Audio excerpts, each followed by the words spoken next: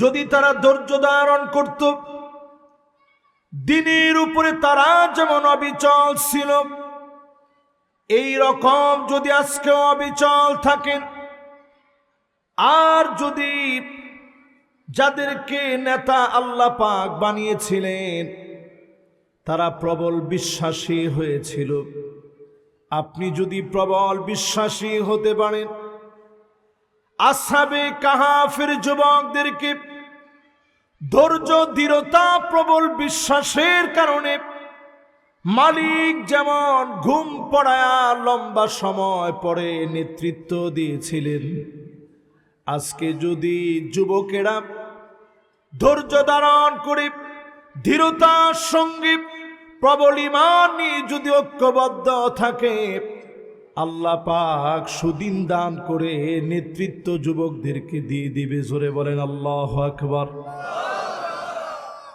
এই দুনিয়ার ভিতরে তাকায় দেখেন, হযরত আলী রাদিয়াল্লাহু তাআলা আনহু 10 বছর ইসলাম গ্রহণ করলেন, দ্বীনের জন্য সব উজাড় করে দিলেন।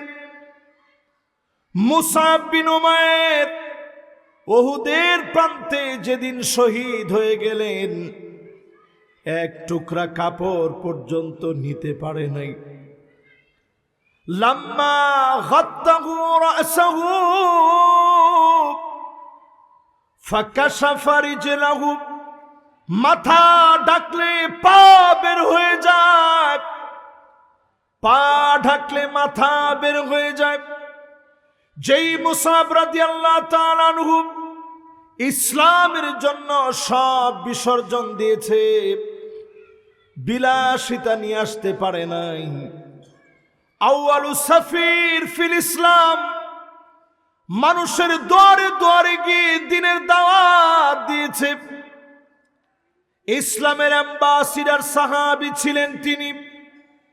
ইন্তেকালের পরে, শহীদ হয়ে যাওয়ার পরে এক টুকরা কাপড় পায় না দাফন করবে। ওনাদের মতো যুবকদের কোরবানির কারণে আজকের পর্যন্ত দ্বীন যিনি দান করে দিয়েছেন তিনি কে? শুধু তাই না আমার ভাইরা, খালিদ বিন ওয়ালিদ মুতার প্রান্তে 9টা তরবারি ভেঙে ফেলেছে। তিনজন সেনাপতি শহীদ হওয়ার পরে তিনজনের ভিতরে যায়েদ বিন হারিসা একজন, আব্দুল্লাহ বিন রাওয়াহার একজন, জাফর বিন আবি তালেব আরেকজন, তিনজন শহীদ হয়ে গেছে। খালিদ বিন ওয়ালিদ অস্ত্র উঠায় নিয়েছে, নিজে সেদিন দায়িত্ব পালন করেছে। একজন না, দুইজন না, শত শত কাফেরকে একলা পরাভূত করেছে। এমন যুবকের কোরবানির কারণে মুতার প্রান্তে যিনি দ্বীনকে বিজয়ী বানায় দিয়েছেন তিনি কে? এবার আজকের মাহফিলে আপনাদেরকে একটু বয়স সম্পর্কে বোঝাই যে আসলে কোন বয়সটা কি। আশ-শাবাব মা বাইনাল বুলুগি ইলা সিন্নিল কুহুলা, বালেগ হওয়ার পর থেকে নিয়ে 40 বছর পর্যন্ত আপনি যুবক। তার মানে এখন চিন্তা করেন যুবকের সংখ্যা কম না বেশি? দেখি যুবক যারা আছো 40-এর আগ পর্যন্ত তোমরা বলো তো আল্লাহু আকবার। আমার তো মনে হয় মাহফিল পুরাটাই যুবকদের মাহফিল। মুরব্বীরা যে মনে বেজার হয়েছে যে হায় হায়। এবার মুরব্বীদেরটাই যায় 40 থেকে নিয়ে 60 বছর পর্যন্ত। এইটাকে বলা হয় সিন্নুল কুহুল। ওই যে আমরা চোখের ভিতরে কি দেই, সুরমা এখন জোয়ান ফুলা বানতেও দেয়, অসুবিধা নেই, দিতে দিনে কোনো সমস্যা নাই। এটাকে বলে সিন্নুল কুহুল। অনেক সময় দেখবেন সুরমা দেওয়া সারা একটা বয়সে গেলে অটোমেটিক মানুষের চোখের নিচে একটু কালো হয়ে যায়, ঠিক নেই?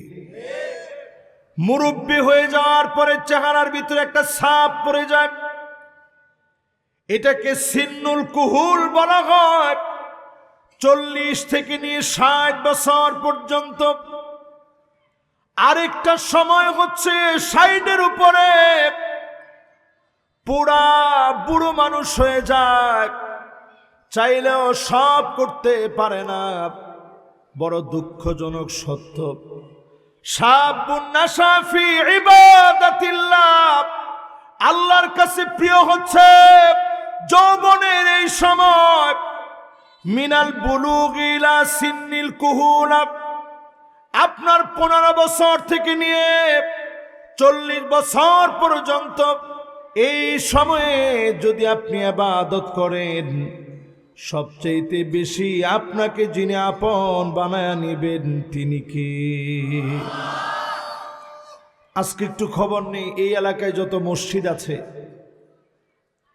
ফজরের নামাজের সময় মসজিদের ভিতরে মুসল্লি কয়জন?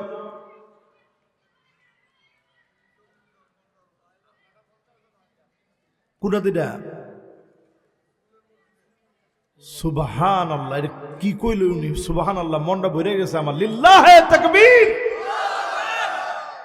আচ্ছা, এবার আপনি কোন 15 থেকে নিয়ে 40 বছরের যুবকদের সংখ্যা মসজিদে কম না বেশি?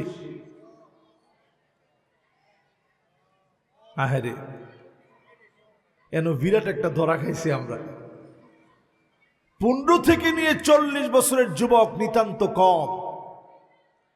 আজকের যুবকদেরকে বলি, ও যুবকেরা, যেই ডিভাইসগুলো এখন আমাদের হাতে হাতে আছে, যেমন আমার সামনে এখন একটা ট্যাব আছে, এই যে আইপ্যাড আমার সামনে আছে, এই যে আমার সামনে এখন আইপ্যাডের পাশাপাশি ঘড়িটা আছে, মাইকে কথা বলতেছি, এগুলো সবগুলা থেকে একটা রেডিয়েশন আসতেছে।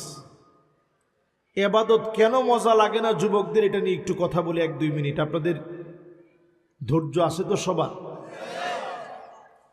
ইবাদতের মজা চলে যাওয়ার অনন্য কারণ, বর্তমান প্রজন্মের হাতে এখন ডিভাইস আর ডিভাইস। দেখেন আমার শরীরের ভিতরে এই যে একটা মোবাইল, যেই রেডিয়েশন এটা থেকে ছড়াচ্ছে আপনি দেখতেছেন না খালি চোখে, এটা এইভাবে ছড়িয়ে আসতেছে প্রতিনিয়ত। এটা আমার হাড় গোড়, আমার মস্তিষ্কের ভিতরে বারবার ধাক্কা মারতেছে। এটা থেকে 2900 রেডিয়েশন বের হচ্ছে। এটা থেকে ট্যাপটা থেকে 3000 বের হচ্ছে। যদি আপনি 2500 ধরেন তাহলে 5000 রেডিয়েশন বের হচ্ছে। হাতের যে গড়ি, এটা থেকে রেডিয়েশন বের হচ্ছে। মাইক থেকে রেডিয়েশন বের হচ্ছে, সুইচ থেকে রেডিয়েশন বের হচ্ছে, এই যে লাইট থেকে রেডিয়েশন বের হচ্ছে। জাপানের বিজ্ঞানীরা এখন রেডিয়েশনের একটা মেশিন আবিষ্কার করছে, যেই ডিটেক্টর দিয়ে রেডিয়েশনকে চেক করা যায় যে কতটুকুন এখানে আছে। এইভাবে তারা চেক করে অবাক হয়ে গেছে। বর্তমান আধুনিক পৃথিবীতে একটা ঘরের ভিতরে যেই পরিমাণ রেডিয়েশন বের হচ্ছে, সবগুলাকে যদি আপনি একত্রিত করেন, দাউ দাউ করে আগুন জ্বলার মতো শব্দ হবে। এই পরিমাণ রেডিয়েশন আমার শরীরের মধ্যে প্রতিনিয়ত আঘাত করতেছে। এই আঘাতের কারণে ক্যান্সারে আক্রান্ত হচ্ছে মানুষ। সবচেয়ে বেশি মানুষ ক্যান্সারে আক্রান্ত হচ্ছে এই মোবাইল পাশে নিয়ে ঘুমানোর কারণে। এখন আমাদের যুবকদের ভিতরে মোবাইল নিয়ে ঘুমানোর প্রবণতা কম না বেশি? যে ইয়ারফোনটা লাগায় তুমি ভিডিও দেখতে দেখতে ঘুমাচ্ছ, রেডিয়েশন তোমাকে ভালো ঘুমাতে দিচ্ছে না। 5 ঘন্টা ঘুমায় ওঠার পরও আপনার মাথা ব্যথা করতেছে। কারণটা কি? এর কারণ হচ্ছে ঘুমটা হয়েছে ঠিক, পাশের রেডিয়েশন আপনাকে বারবার প্রতিনিয়ত আঘাত করতেছে, এই জন্য মাথা ব্যথা হচ্ছে। কথায় কথায় ঠান্ডা লেগে যায়, কথায় কথায় মানুষ অসুস্থ হয়ে যায়। এর কারণ হচ্ছে রেডিয়েশন। এই রেডিয়েশন ছোট বাচ্চাদের কি পরিমাণ প্রভাব বিস্তার করে। তাদের মাথার খুলি আমাদের চাইতে অনেক পাতলা, এই খুলির মধ্যে গিয়ে আঘাত করে। অটিজম বেড়ে যায় দুনিয়ার ভিতরে, অটিস্টিক বাচ্চা বেড়ে যায়, প্রতিবন্ধক বাচ্চা বেড়ে যায়, প্রতিবন্ধী বেড়ে যায়। এর অনন্য কারণ হচ্ছে শুধুমাত্র এই রেডিয়েশন। আধুনিকতার এই ছোঁয়া যত লেগেছে, আকাশ প্রযুক্তি যত বাড়তেছে, তত বেশি তাকায় দেখেন আমরা এখন অসুস্থ হয়ে যাচ্ছি, ঠিক কিনা বলেন? এখন আধুনিকতা থেকে আপনি দূরে থাকতে পারবেন না।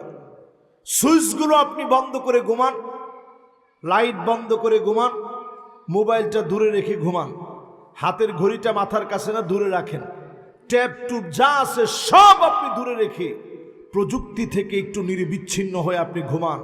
ঘুমের সময় আপনি মনে করেন এটা আপনার জীবনের শেষ ঘুম। জোরে কোন আল্লাহু আকবার। ও যুবক, আজকের মাহফিলে মনে করেন জীবনের একটা সময় ছিল সবই উন্মানী শিশু, এই সময়ের কোনো হিসাব নাই। আছে? কত দুষ্টামি করছেন, কোনো হিসাব আছে? এরপরে একটা সময় হবে গোলাম, 10 থেকে নিয়ে 15 বছর হিসাবের খাতা শুরু হয়ে যাবে, আপনি বালেগ হয়ে যাবেন। এরপরে একটা সময় হবে শাবুন, 15 থেকে নিয়ে 40 বছর। এই সময়ে যদি নিজেকে ব্যতিক্রম বানাতে পারেন, আপনাকে দিয়ে এই জমিনে যিনি দিনকে কায়েম করে দিবেন তিনি কি? শাবুন নাশা ফি ইবাদাতিল্লাহ, ওই যুবক আল্লাহর আরশে আজিমের ছায়ার নিচে থাকবে। ওই যুবক সেদিন মালিকের আলো পাবে, ছায়া পাবে, মালিকের দয়া সেদিন পেয়ে যাবে। যে যুবক তার যৌবনটাকে কাজে লাগিয়েছে, এই 15 থেকে 40 বছর আপনাকে পরিবর্তন করার সময়টি। আজকে যদি আপনি নিজের পরিবর্তন করেন, যুগ জমানা পাল্টে দিতে চাই না অনেকজন, এক যুবকই আনতে পারে জাতির জাগরণ, ঠিক কিনা বলেন?